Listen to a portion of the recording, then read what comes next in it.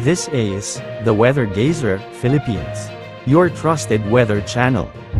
At sa ating latest satellite images, makikita natin ang patuloy nating pagmamonitor sa low pressure area. Kahapon, nasa may silangan pa ito ng Baler at ngayon nga ay nasa may bahagi na ito ng West Philippine Sea. At huli nating namataan, nasa layong 85 kilometer west northwest ng Bacnotan sa lalawigan ng La Union. Ito pa rin yung low pressure area na ilang araw na nating minomonitor at patuloy din nating in-expect o inaasahan ang epekto ng southwest monsoon o habagat, partikular na nga sa may kanlurang bahagi ng Luzon at Kabisayan. Asahan pa natin ang malaking bahagi ng Luzon at Visayas ay makararanas ng mga pag-ulan mula katamtaman hanggang sa kuminsan ay malalakas sa mga pag-ulan na dulot ng habagat.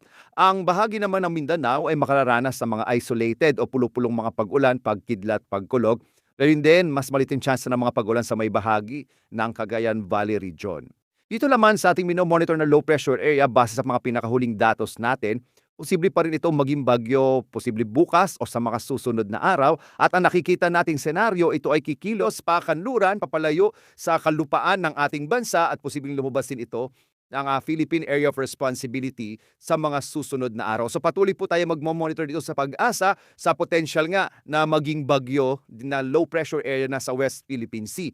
At muli po, kung maging bagyo man ito, tatawagin natin itong bagyong Auring kapag nasa loob pa siya ng Philippine Area of Responsibility kapag ito ay nabuo.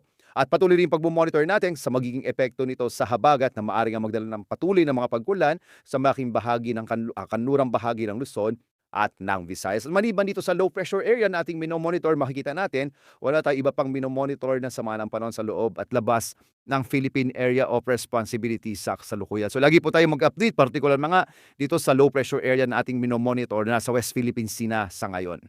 At sa ating magiging lagay ng panahon dito sa Luzon, malaking bahagi pa rin ng Luzon ay makararanas ng maunap na kalangitan na may mga pag-ulan. Ito ay dulot ng low pressure area at ng habagat o southwest monsoon. Mag-ingat pa rin po ng mga kababayan sa mga posibilidad ng mga biglang pagbaha o mga flash floods at pagguho ng lupa at landslides. Agwat nga ng at sa malalabing bahagi nga ng Luzon, partikular na yung Cagayan Valley Region, ay mas makararanas ng mas maliwalas sa panahon na may mga isolated o pulo-pulong mga pag-ulan, pagkidlat, pagkulog. Ito naman sa Palawan at gayon din sa Visayas at Mindanao, mas malaki din yung tsansa ng mga katamtaman hanggang sa kuminsan ay malalakas sa mga pag-ulan dito sa Palawan. Kaya mag-ingat po yung mga kababayan natin dito sa Palawan sa mga posibilidad ng mga flash floods.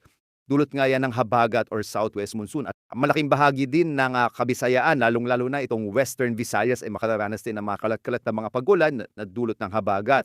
Malaking bahagi din ng Mindanao ay makararanas naman ng mga isolated o pulo-pulong pag-ulan, pagkidlat, pagkulog. Asaratin baka posible po na medyo mainit sa may area ng Mindanao.